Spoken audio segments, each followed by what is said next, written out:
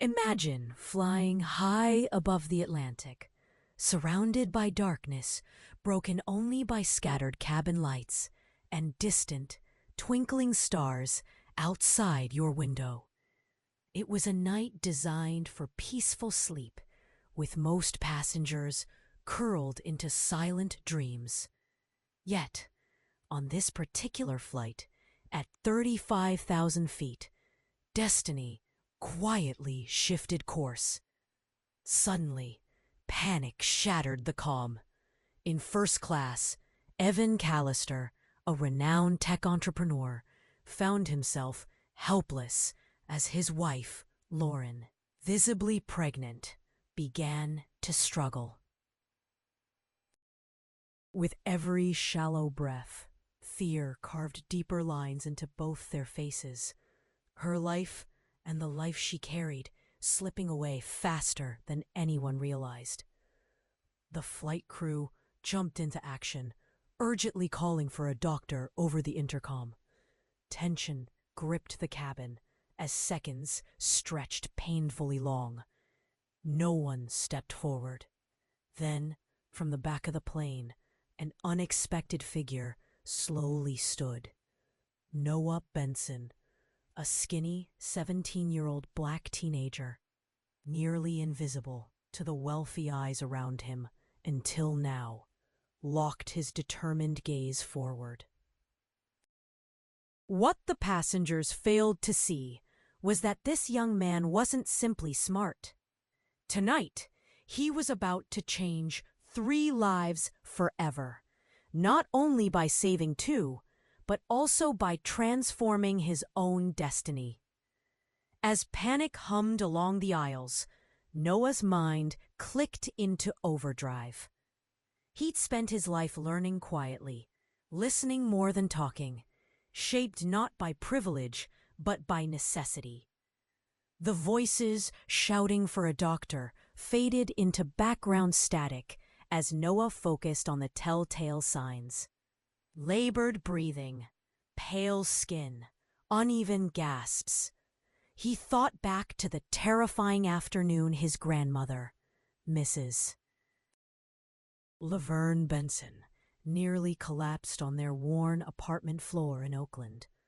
A moment burned into memory.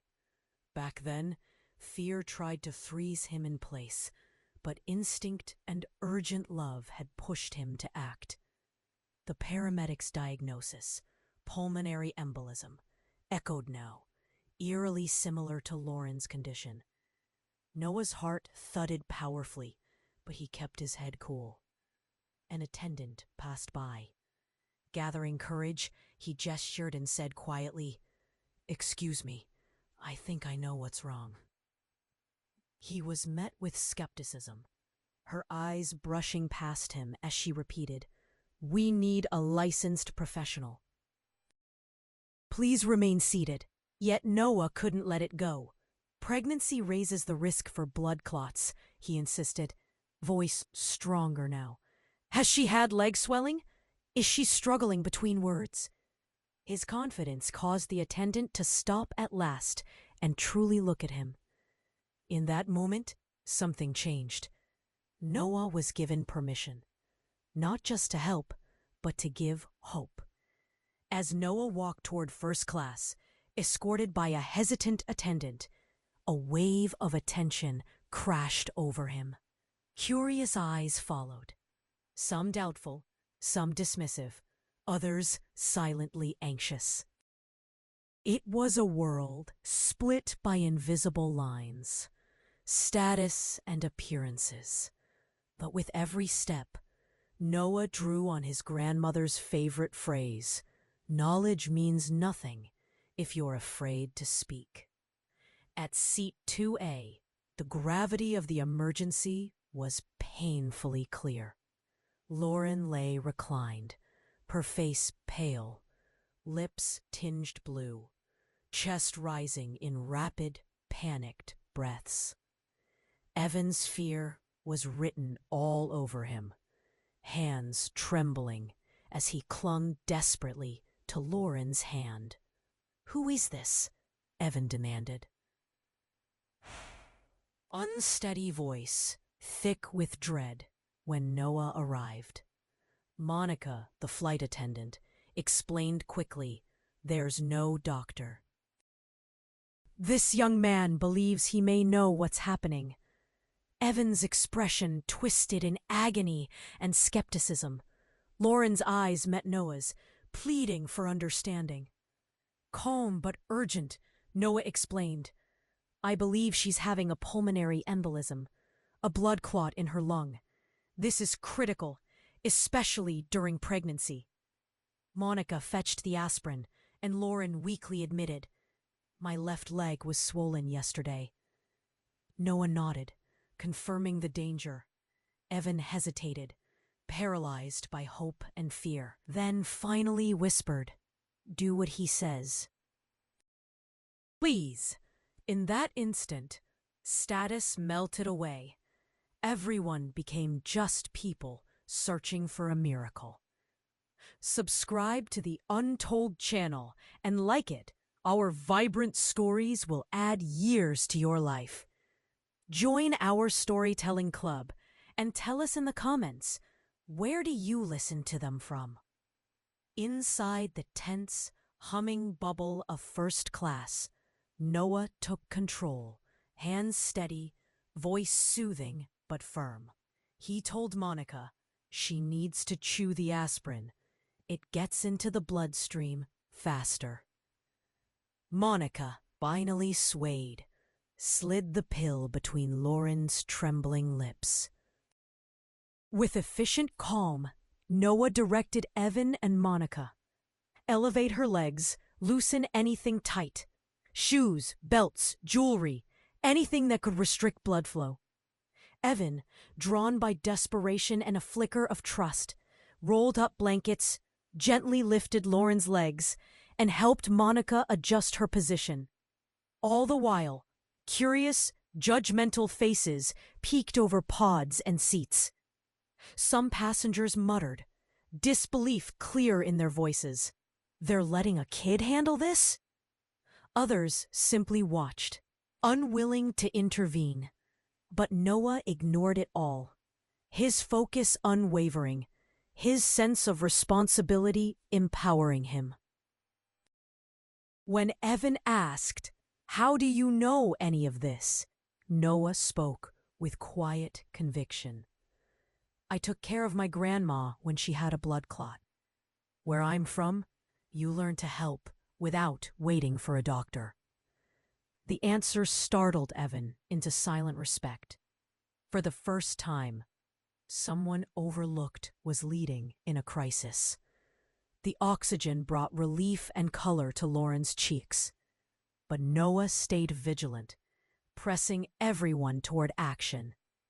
"This is temporary. She needs emergency care as soon as possible.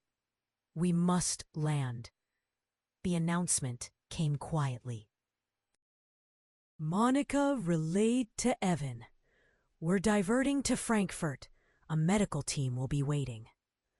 Noah stayed close to Lauren, whispering encouragement as she fought to remain calm, guiding her through steady, deep breaths. "You're doing great. Help is almost here." Lauren looked at him, eyes glassy, voice fragile, and nodded, trying to hold on.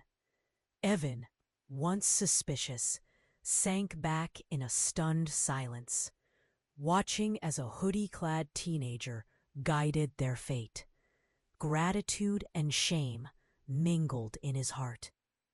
The world no longer seemed so divided. The plane banked through the darkness, cabin lights reflected in Evan's wide eyes, reminders of bravery, helplessness, and sudden hope. Around them, every passenger quietly realized the truth. Had Noah not stood up, Lauren and her baby might not have survived. As the landing lights flickered and the captain's voice rang out, "Medical team is on standby," everyone braced for impact, their silent prayers echoing across the cabin. Noah's sense of purpose remained fierce, even though he understood what this detour meant. The interview in Zurich, his once-in-a-lifetime chance, was slipping out of reach. But as he watched Lauren breathe easier, he remembered his grandmother's wisdom. Moments like this matter more than plans. The story was far from over. The landing in Frankfurt was nothing short of dramatic. The cabin, once filled with hushed complaints about turbulence and delayed meals, now waited breathlessly. As the aircraft touched down with a heavy thud, the outside world rushed in. Runway lights blurred by rain, flashing blue ambulances visible through the tiny windows, and the crackle of German over the intercom breaking the tense silence. Noah knew they had only bought precious time, not a solution. He held Lauren's hand until paramedics boarded, their uniforms soggy from the night. With brisk efficiency, they swept Lauren onto a stretcher, Evan hovering protectively. "She's pregnant, due soon," Noah told the medics in a strong, steady voice. The doctor nodded, immediately ordering intravenous access and oxygen. Lauren's grateful glance at Noah was brief but intense, speaking volumes for the bond forged through crisis. Within minutes, she was wheeled down the narrow aisle, Evan right at her side, whispering tearful thanks as they disappeared into the chilly night. A strange emptiness replaced the urgency. Noah felt suspended between exhaustion and relief, his hands still trembling. The hum of the engines faded as the last sirens faded from view, and the chapter that had begun in panic ended with a bittersweet note of hope. Back on the plane, a strange stillness settled over the remaining passengers. The crisis was technically over, but the impact lingered in the heavy air.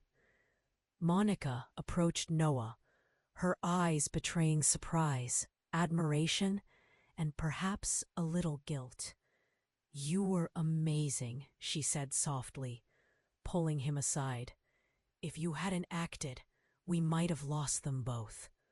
Her words made Noah blush with embarrassment. Moments before, many of those same passengers dismissed him as a kid from economy class, someone not meant to step into their world, let alone save it. Now, some drifted past to offer shy thank yous. Others just nodded, clearly rethinking their initial prejudice. For the first time, Noah allowed himself to process what had happened. He hadn't just saved a life. He'd changed too. Confidence replaced hesitation. The image of his grandmother's proud face flooded his thoughts. "That's my boy," she'd say, knowing exactly how hard it was to voice knowledge in unfamiliar places.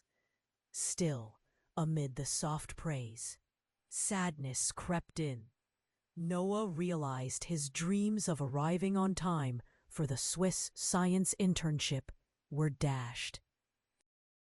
Would anyone at the interview care that he'd saved 2 lives instead of attending? Disembarking in Frankfurt, Noah was met not with the chilly efficiency of airport customs, but with unexpected warmth.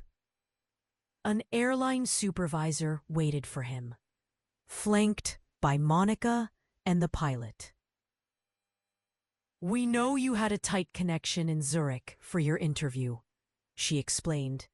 offering him a voucher for a hotel and new flight arrangements. Yet Noah knew it wasn't enough to recover the lost opportunity. Science competitions had strict deadlines, and Mother Nature didn't care for rescheduling. Still, he accepted the gesture, his mind teetering between gratitude and disappointment. Monica pressed a small business card into his palm, her voice gentle. "If you ever need a reference, or just someone to vouch for you, call me. You changed our world tonight." Noah smiled, surprised by her sincerity. At the baggage claim, fellow passengers sought him out, noticing him, some for the first time, asking quiet questions about his background. "Where did you learn all that?" A Czech businessman wondered aloud. "My grandmother taught me," Noah replied. And sometimes you just have to try. Late, footsore, and emotionally drained, Noah trudged into a new city, unsure what the next day would bring. The hours in Frankfurt passed slowly for Noah. Morning found him in a nondescript airport hotel room, staring at the ceiling, mind buzzing with what-ifs. The walls pressed in, muffling the sounds of the airport beyond, while messages from home began to trickle in. His mom's voice, proud and faintly worried, crackled through the phone. "I saw you on the news, honey. They said a teenager saved a pregnant woman on a plane." Was that really you?" Relief and love bloomed in Noah's chest as he described the events. Word traveled quickly. News networks caught wind of the story, and by noon, Noah watched, stunned, as his photo appeared on an international broadcast. Student hero saves mother and child at 35,000 feet.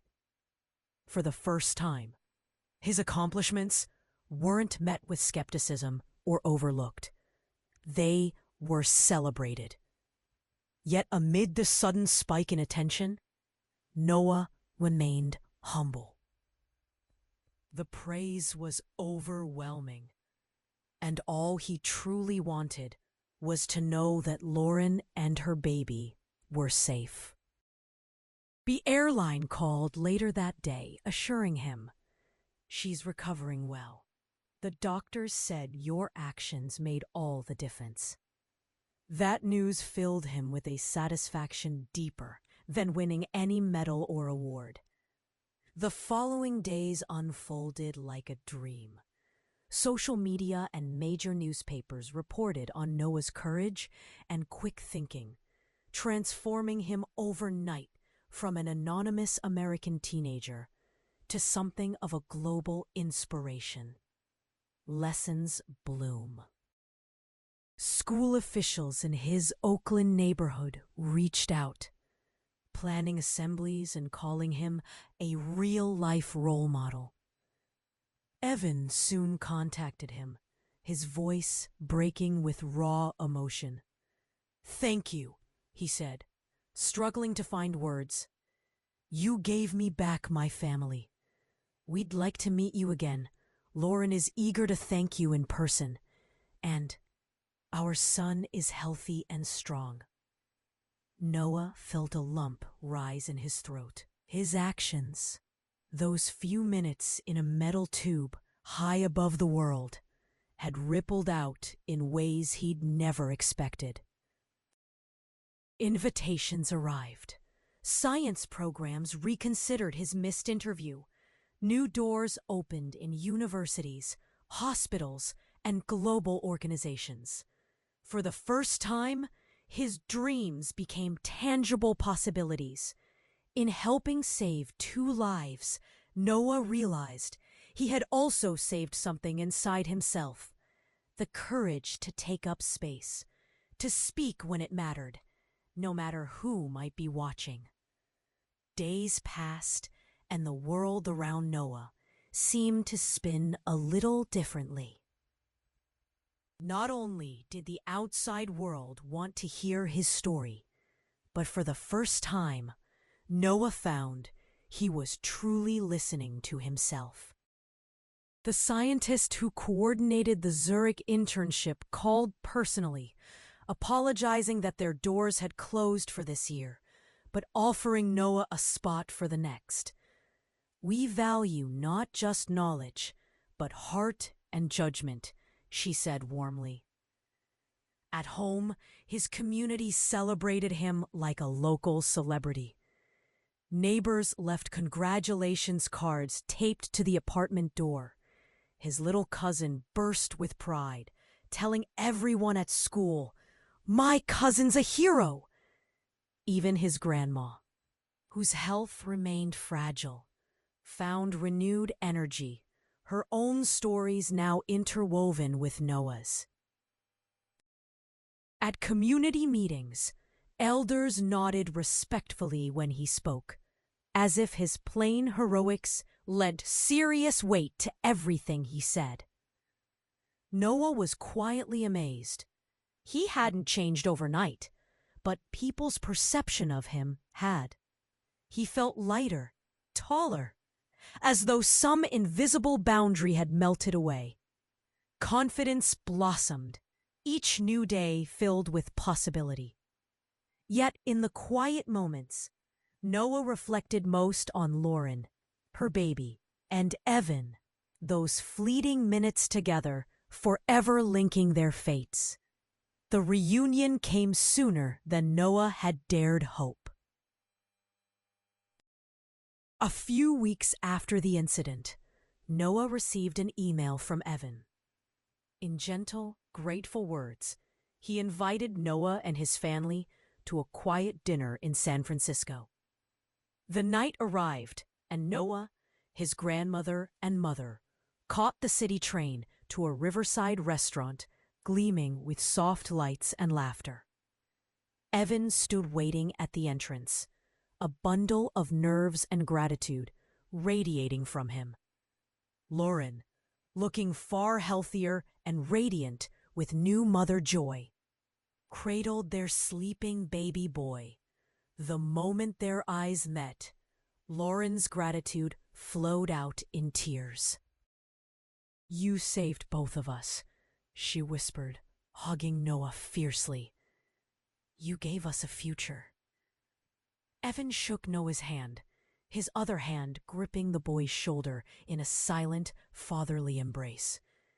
The families sat together, sharing laughter and good food, united not by background or wealth, but by the miraculous way their paths had crossed.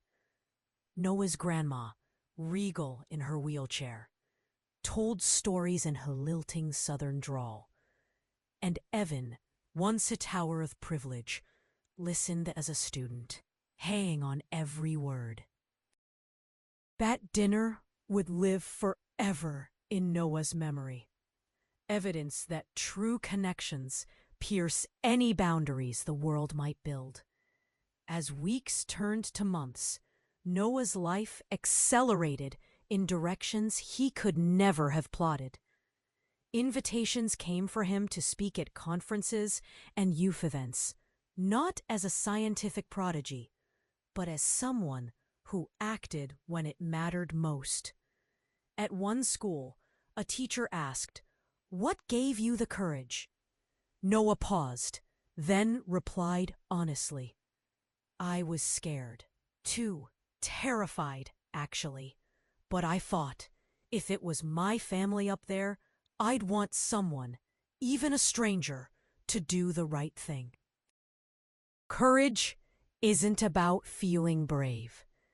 It's about being needed. He watched as younger faces in the audience sat up a little taller, inspired by someone who looked like them and spoke their language. The attention was sometimes overwhelming. Reporters wanted sound bites.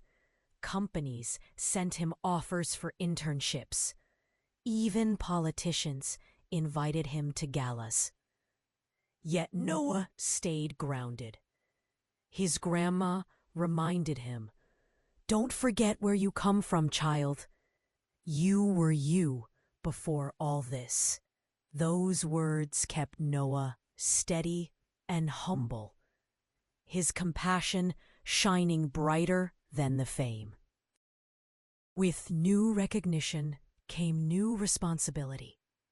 Noah became an advocate for youth empowerment in medicine and science, joining local initiatives in Oakland to educate about emergency basics, how to spot strokes, heart attacks, and yes, pulmonary embolisms. He remembered too well how easily life could slip between the cracks if someone hesitated to speak up. At workshops, he encouraged kids from neighborhoods like his own to trust their instincts and to value their own knowledge, even if no one else in the room seemed to at first. "You matter," he'd say, looking into their eyes. Your voice could save a life. The universities that once doubted his application without a prestigious reference now sought him out, offering scholarships and platforms.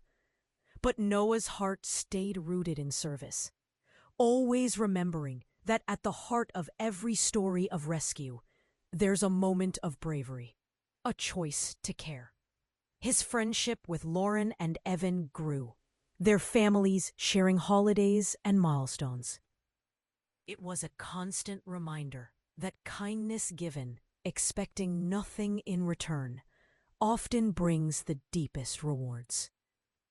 Time flowed on, but the legacy of that night in the sky lingered.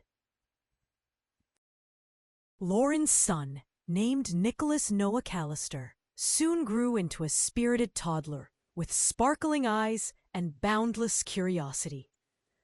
On every birthday, Lauren told the tale of his guardian angel in a hoodie, never letting him forget how close he came to never taking his first breath. Evan and Noah's relationship, at first built on crisis and gratitude, deepened into a rare, cross-cultural mentorship. Evan, once unapproachable, now delighted in showing Noah labs at his company, sparking conversations about innovation, ethics, and giving back. For Noah, these chances to learn and grow filled him with new ambition. Yet he never lost sight of his roots. Whenever he visited his grandmother, he relished sitting quietly at her side. No cameras, no reporters, just two souls bound by love and survival. Looking back, Noah realized the lesson had never been about heroism, recognition, or transformation.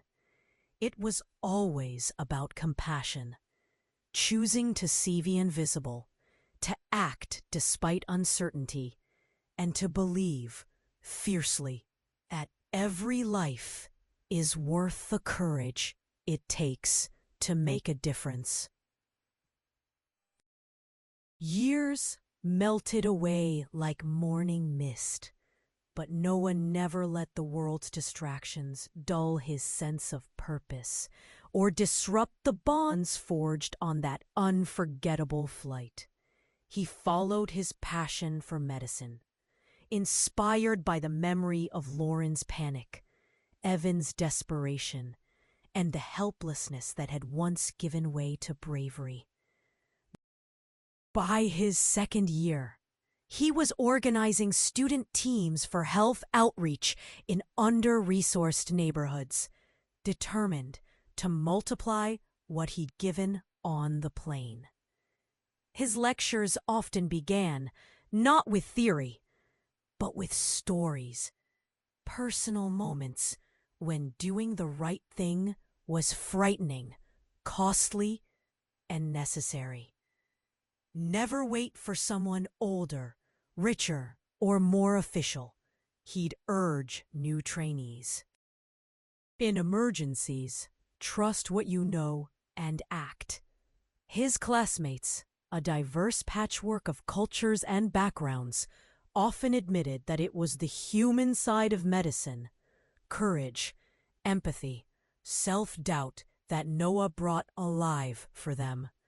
He didn't just teach, he inspired. And whenever news outlets tried to retell his story as legend, he made sure to share credit, emphasizing the team effort, the exhausted flight attendants, Evan's trust, Lauren's own will to survive. Meanwhile, the Callisters carried their own legacy. Lauren became a vocal advocate for maternal health, sharing candidly about her near-fatal experience and the realities of pregnancy complications many ignore. With Evan's backing, she launched a small foundation dedicated to crisis education for expectant families, demystifying blood clots, preeclampsia, and other silent risks. Every fundraiser, gala, and online campaign included Noah's story as a beacon of hope. A testament to listening to unlikely voices and empowering communities to act quickly. In countless interviews, Lauren repeated a single message. It wasn't the size of someone's bank account or their reputation that saved me. It was compassion, readiness, and knowledge from a teenager who refused to stay silent. Nicholas grew up surrounded by gratitude, his parents ensuring he understood that privilege alone couldn't protect a life. At every milestone, the Callisters invited Noah's family, bridging worlds that seldom met. Their friendship became not just a symbol of random chance, but living proof of broken barriers and shared humanity. At Nicholas's first school play, both families cheered from the front row, their laughter mingling in the auditorium, the old boundaries of class and color erased. As Noah forged ahead professionally, doors continued to open, some expected, many astonishing. His old high school invited him to lead an alumni initiative, bringing hands-on science to students who'd once assumed such futures were out of reach. He launched mentorships, pairing at-risk teens with medical students, building a network of encouragement and real-world skills. He often spent weekends volunteering at local clinics, translating for families, calming anxious children, or lending a shoulder in the ER late at night. Empathy saves as many lives as medicine does, he liked to say. Reporters still sought interviews, but Noah preferred quieter acts, mailing scholarships anonymously, funding after-school programs, tutoring those who, like him, had battled invisibility. Yet, amid his growing influence, he never let his ego stray far from humility. Failure, self-doubt, and tough choices remained part of his journey. He reminded every student, heroism is just the willingness to show up when you're needed. It's not about being fearless, but refusing to let fear win. By sharing his ongoing struggles as well as victories, Noah gave those who looked up to him a map for their own acts of everyday heroism. With every step, Noah honored the people who paved his way. He took his grandmother to receive a Lifetime Community Award, pushing her wheelchair onto the stage and holding back tears. She leaned close, her frail hand clutching his. "I always knew you had it in you," she whispered, her voice laced with pride and love. "But I'm glad the world finally sees what I saw." The applause felt secondary to that acknowledgement, validation from the person whose resilience had been his earliest model. As his network grew, Noah intentionally partnered with nurses, attendants, and first responders as often as with doctors and scientists. He believed in elevating those quiet heroes whose acts rarely made headlines but held the system together.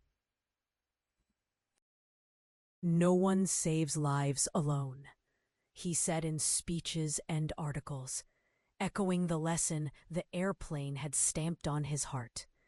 Every year, on the anniversary of the flight, Noah sent Lauren a message, sometimes a card, sometimes just a photograph from one of his outreach programs, reminding her that their shared miracle still sent ripples into the world. The years rolled out their mysteries and joys. Nicholas thrived, bright, artistic, fiercely empathetic. On his 10th birthday, he stood up before friends and family, voice unwavering, and introduced Noah as the friend who gave me life before I'd even taken my first breath. That day, Evan and Lauren watched with tears in their eyes as two generations, forever intertwined by one night above the Atlantic, celebrated not just survival, but compassion, courage, and the bonds humans are capable of forging when fear yields to kindness. Noah gazed around the joyful chaos, children laughing, adults sharing stories, cultural and economic gaps forgotten. He realized their intertwined destinies were proof that one moment of courage can echo for a lifetime. As twilight fell, Noah and Lauren stood at the window, watching lights reflect off the city. "Thank you for never giving up on us," she whispered. Noah smiled, the weight of expectations replaced at last with gentle certainty. In saving strangers, he discovered his true place in the world, a place defined not by past invisibility, but by the power to make a difference. One act of courage at a time.